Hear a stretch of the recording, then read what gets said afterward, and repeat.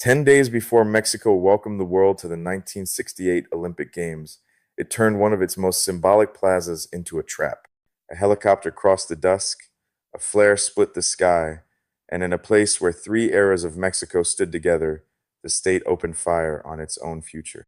I'm Arturo, and this is Latin Lore, from Latin America's history to mysteries and true crime, to local legends, whispering Latin intrigue. Hit subscribe, fresh revelations drop every week, ready for your next campfire debate. At dusk in Tlatelolco, three Mexicos stood in one square. Beneath the ground, the old Mexico city slept. Beside it rose the Church of Santiago, heavy with the memory of conquest. Around both stood modern apartment towers, concrete promises of progress. Then a helicopter crossed the evening sky, a flare burned above the plaza, and the future opened fire on its own children. That is the wound of October the 2nd, 1968. Not a misunderstanding, a revelation. And the question still burns because it should.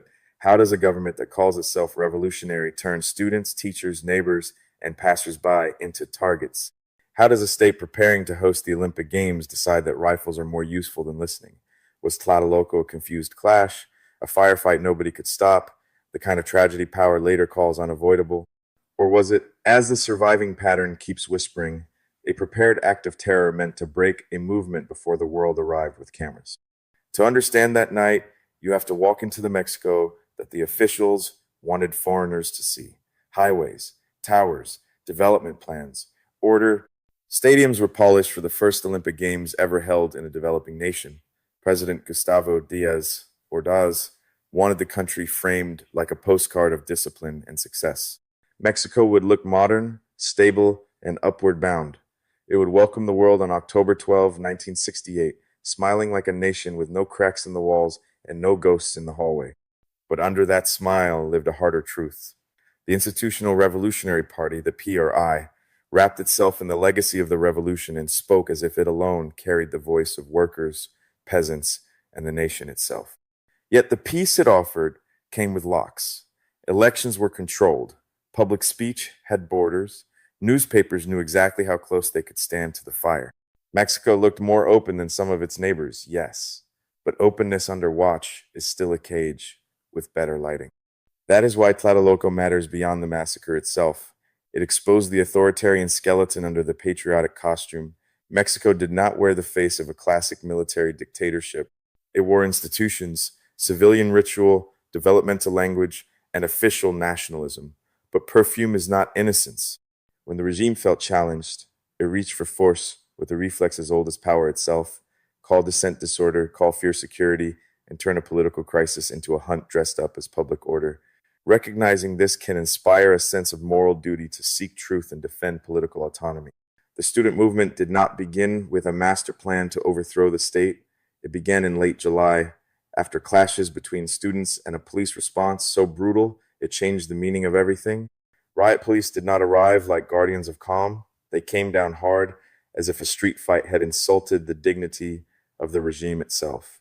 What might have faded into local gossip instead became a national wound, because ordinary people saw the government reveal far too much of its real face. Then came the image that made denial harder. Soldiers used a bazooka against the old colonial door of the San Ildefonso Preparatory School. Think about that for a moment. A government born from revolutionary language aimed military force at a school door. Wood exploded. Stone shuddered. And across the city, even people who feared the unrest understood that a line had been crossed. When a state brings battlefield logic to the classroom threshold, it confesses how deeply it fears its own youth. The rector of the National University, Javier Barros Sierra, understood it too. He lowered the Mexican flag to half-mast and marched in defense of university autonomy, turning what might have remained a student grievance into a moral challenge for the whole country. That mattered. The movement was no longer just young people shouting in the street. It now carried dignity, institutional weight, and a language larger than rebellion. The state had violated something sacred. And once that happened, every march felt heavier. From there, the movement widened. Students from the National University, the Polytechnic, teacher circles, working families, and restless neighborhoods began to converge. Not as one perfect block, because no real movement is that clean, but as a widening refusal. Parents worried and then listened. Intellectuals paid attention. Residents leaned from windows with equal parts pride and fear. The Capitol began to hum with leaflets, assemblies, arguments, marches, and the unsettling feeling that public speech had broken free of the ruling party's leash. The National Strike Council, the CNH, gradually gave the movement a spine. And what it asked for remains one of the clearest answers to the old official lie. The council demanded the release of political prisoners, the dissolution of the riot police corps, the removal of abusive police chiefs, the abolition of the crime called social dissolution, compensation for victims of repression, and punishment for officials responsible for violence. Those are not the demands of an invading army. They are the demands of citizens asking the state to obey its own laws.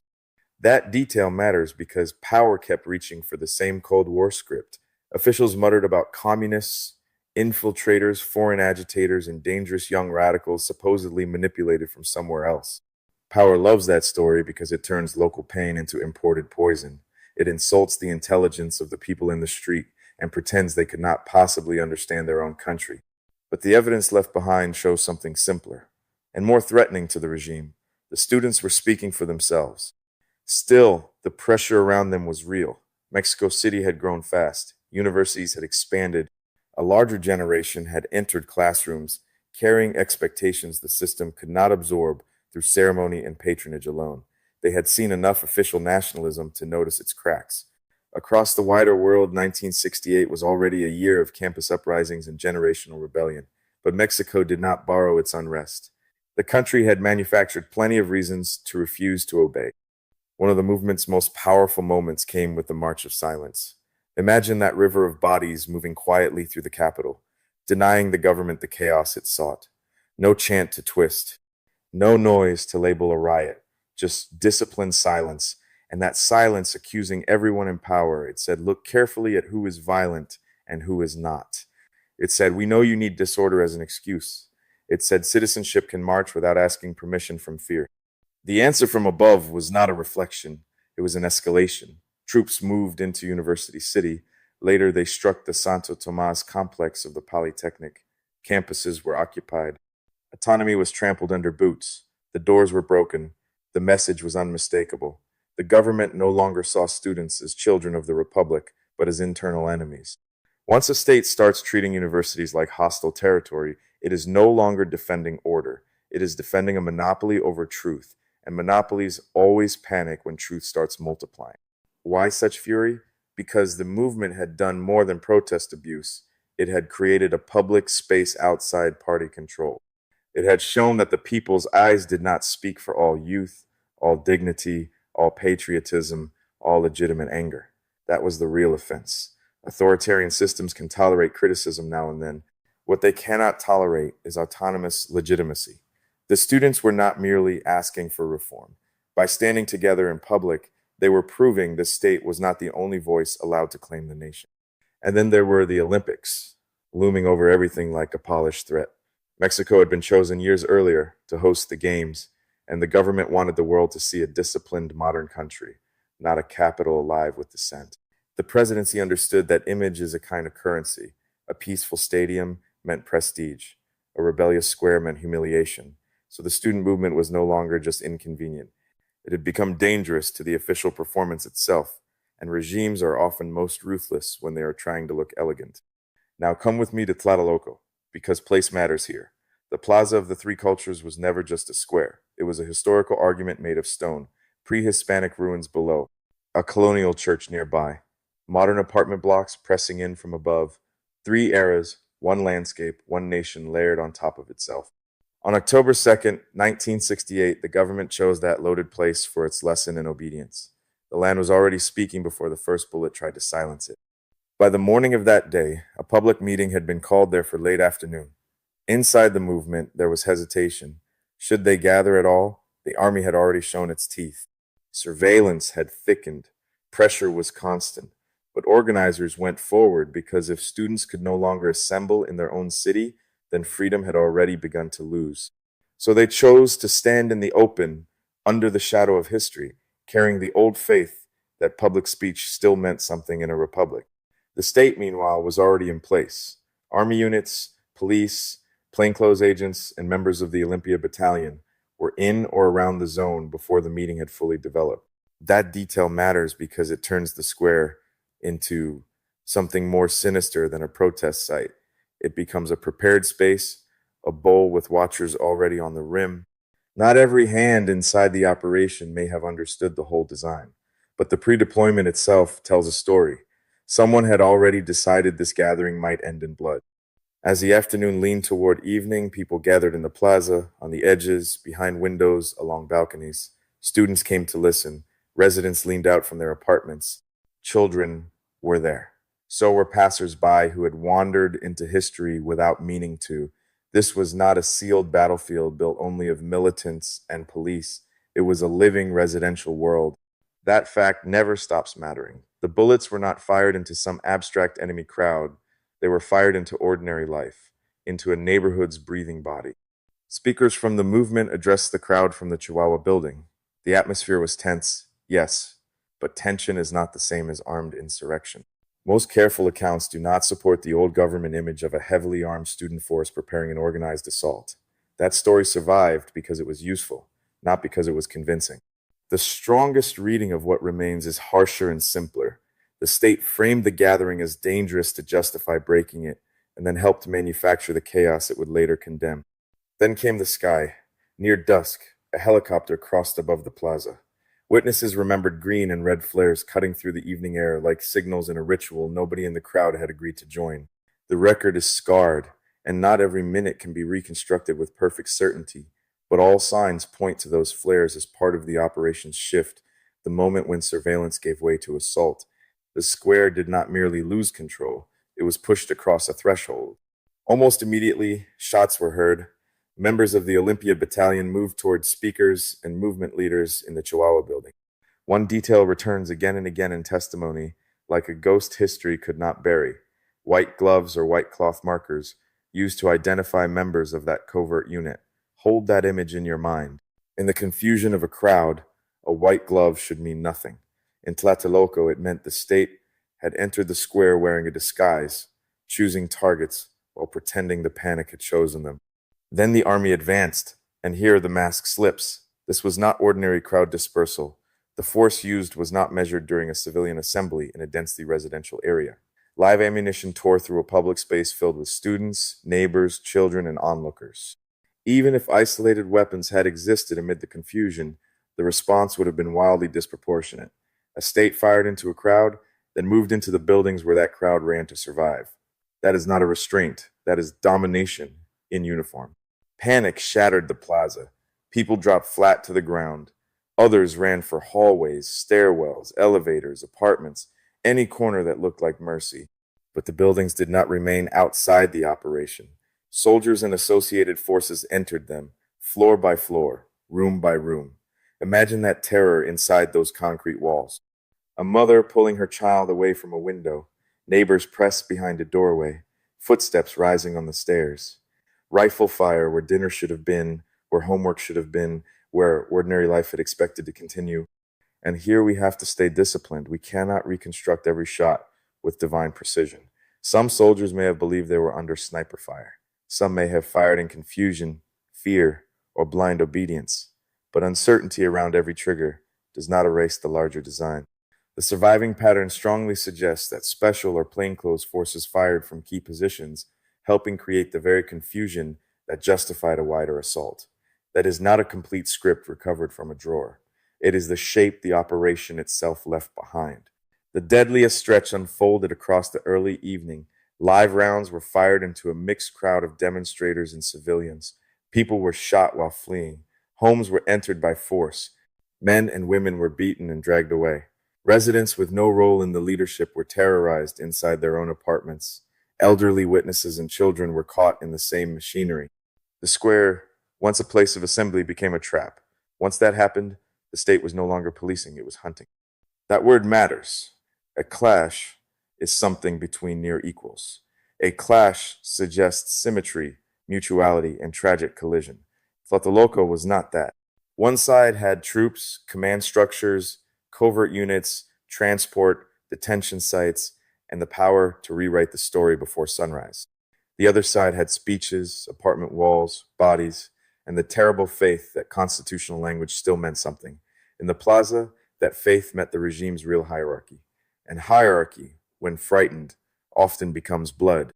Through the night, the zone remained under military control. Detainees were taken to police or military facilities. Some were interrogated harshly. Some were beaten. Families were left searching for sons, daughters, brothers, friends, and neighbors. This is how state terror works best, not only through spectacle, but through the sudden privatization of anguish. One person disappears into custody, another into rumor, another into a hospital bed, another into a silence nobody can yet name. By dawn, absence itself had become political evidence. Then came the official version, fast and cold. Security forces, the government said, had responded to armed provocation by extremists. There it was, the lie already dressed and standing in the doorway. Students were recast as aggressors. The state became the reluctant guardian of peace. Newspapers moved under pressure. Information was constricted, delayed, and distorted. The country was only days away from the Olympic opening ceremony, and the regime wanted the world to see discipline, not the civilian bodies that discipline had just produced. The death toll remains one of the darkest chapters in the whole story. Official figures were low and never convincing. Witnesses, journalists, and later investigators believed the number was far higher, from dozens into the hundreds. The most careful position is also the most haunting one. We do not know the exact count, and we do not know because the state made certainty difficult. Bodies were removed, records were obscured, fear sealed mouths. So the uncertainty is not a weakness in the case against the regime, it is part of the crime. What happened in Tlatelolco was not only killing, it was a whole structure of abuse, extrajudicial deaths, arbitrary detention, beatings, forced entry into homes, cruel treatment in custody, narrative control after the blood had dried. Soldiers carried rifles and carbines loaded with live rounds. Plainclothes or special personnel carried pistols. Witnesses also described bursts of sustained automatic fire from some positions, while troop carriers and armored support helped lock down the area. The injuries were exactly what such an assault produces: gunshot trauma, crush wounds, blunt force injuries, and lifelong fear. And then, almost obscenely, the calendar continued. On October 12, 1968, the Olympic Games opened on schedule. Stadium lights came on. Foreign guests arrived. Cameras found the ceremony. Mexico performed modernity for the world. But inside the country, the plaza remained like a stain beneath bright cloth. The state had defended its image. It had won the schedule. It had no memory. From that point on, every official celebration carried the taste of what had just been denied in the square. For the ruling party, the damage was moral before it was electoral. Tlatelolco did not topple the regime overnight. Authoritarian systems rarely collapse on a clean cinematic beat. But the massacre cracked the credibility of the state among wide sectors of students, teachers, intellectuals, and urban middle classes. The old revolutionary language no longer sounded innocent. It sounded managed, hollowed out, haunted by what the plaza had shown. A government could speak in the name of the people and still fire into the people when their voices drifted out of line. That is why the phrase that endured became so powerful in its simplicity. October 2nd is not forgotten. Not because memory is sentimental, but because memory became a civic form of resistance. The state tried to shrink the dead into a problem of public order. Survivors, families, and later generations refused. They turned remembrance into accusation. They made the date itself a witness. Every anniversary, every march, every candle, every name spoken aloud became a way of saying that official time had failed to erase historical time. The aftermath split the future of dissent in Mexico. Some activists turned toward legal reform, journalism, democratic opening, and the long, patient work of forcing truth into public view. Others drew a darker lesson. If peaceful assembly could end in massacre, then peaceful avenues were decorative at best. In the years that followed, the country moved deeper into dirty war logic: surveillance, disappearance, torture, clandestine repression. Tlatelolco was not the end of the crisis. It was the threshold where the mask dropped and did not fully return. And then came another wound that made the lesson even harder to ignore. On June 10, 1971, the Corpus Christi massacre showed that Tlatelolco had not been a single night of lost control. The machinery of repression still existed, still knew how to move, still understood that public dissent could be met with organized violence from above. That is one reason October 2nd never faded into isolated tragedy. The story repeated itself. and repetition is how a regime confesses that terror was never an accident. For Latin America, Tlatelolco carried a brutal lesson. It showed that authoritarianism did not always need a general in dark glasses, a junta declaration, and tanks announcing themselves at dawn. It could wear civilian clothes, revolutionary slogans, developmental optimism, and constitutional language. It could host the Olympics. It could speak of peace and progress and still decide that students were internal enemies. That mattered across the region because it widened the map of what state violence could look like. Respectable institutions could kill just as coldly. It also fit into the broader pattern of tightening across the continent during the Cold War. From Mexico to the Southern Cone, governments increasingly cast dissent as subversion and social conflict as infiltration. The flags differed, the institutions differed, the national myths were never identical, but the logic rhymed. Surveillance expanded, exceptional measures became normal. Anti-communism became a convenient solvent for democratic demands. In that climate, a march for civil liberties could be repainted overnight as a threat to national security, and that repainting could become lethal. There was another warning folded into Tlatelolco, one that keeps resurfacing in modern history. Mega events and state image management make a dangerous marriage. When a government stakes its prestige on spectacle, internal critics start looking, in official eyes, like stains on the costume. The massacre happened days before the Olympic Games, and that timing is not a coincidence. It is part of the machinery. The state wanted applause, not contradiction. It wanted the world to see a disciplined nation, even if that discipline had to be imposed with gunfire outside the frame. While blood and panic still clung to the square, officials in the United States were reading cables. President Lyndon Johnson had built a warm relationship with Diaz Ordaz, and Washington had little appetite for publicly embarrassing an ally on the eve of the Games.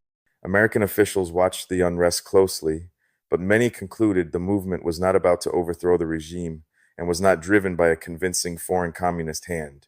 If stability held, outrage could be postponed, and postponed outrage, in practice, becomes silence. American reporting also weakened one of the regime's favorite alibis. Mexican officials kept hinting at Soviet influence, Cuban intrigue, and foreign infiltrators. Yet the evidence seen from Washington did not convincingly show that outside communist powers had orchestrated the student movement. Just as important, the protests were not broadly anti-American in tone. That mattered to the White House. If the unrest was locally rooted, if the regime remained stable, and if the games could continue, then the debt of Tlatelolco could be filed away as Mexico's internal matter. Britain read the weather in a similar key. Its diplomats watched the same capital, the same nervous days, the same approaching spectacle, and reached a calm, calculating conclusion. The government had been shaken, yes, but it was not collapsing. British officials were skeptical of dramatic tales about foreign communist orchestration, and some even treated the crisis as a possible jolt toward limited reform rather than a reason for moral rupture. That is how power often looks at other people's deaths, not as a wound, but as a stability problem. And this is where we must be careful with myth. Even now, some people repeat the old scripts as if they were serious mysteries. Foreign masterminds, students as secret soldiers, a balanced firefight between equals. Those stories are dramatic, but drama is not the same as truth. They also erase local intelligence, local grievance, and local courage. They pretend Mexicans needed someone from outside to teach them how to be angry at police brutality and authoritarian rule. No, the central engine of this story was domestic, and it wore the state's uniform. Years later, the men at the top left their own bitter traces on the record. Diaz Ordaz would publicly assume responsibility for the repression in his presidential report of 1969, not as repentance, but almost as a final act of ownership. His interior minister, Luis Echeverria, would later face charges tied to the crimes of that era and still grow old without a true moral reckoning. States do not only kill, they also delay, litigate, hide behind procedure, and hope time itself will do the work of acquittal. But time did not erase the plaza. Walk back into the plaza of the three cultures in your mind. See the ruins below, the church nearby, the towers above. See the flare opening in the dusk. See the white glove moving through the confusion. See the stairwell where a family presses itself against the wall, listening for boots. See a government that wanted to look modern before the world and instead revealed the oldest instinct of power. When persuasion fails, make an example. So no, the central truth is not really mysterious anymore. We may never recover every minute, every bullet, every body, every command. The archives remain scarred. The sequence is not perfectly whole. The dead are not perfectly counted, But uncertainty at the edges does not rescue the center. The center is clear. A civilian political movement was trapped, attacked, and lied about by the Mexican state. That is why Tlatelolco still feels less like a monument and more like a witness, refusing to leave the stand. That may be why the story still unsettles across Latin America. It tells us that authoritarianism can arrive under the guise of order, nation, peace, development, and even revolution. It tells us that foreign allies may prefer stability to truth. It tells us that young people asking to be heard can frighten a regime more than any foreign army. And it tells us that once a government fires into its own future, the echo never really stops. Which image stays with you longest, the flare, the white glove, or the silence? Muchas gracias. Thanks for trekking the hidden trails of Latin America with me. If tonight's story unsettled you, subscribe and ring the bell, because Latin America's most intriguing stories are far from over.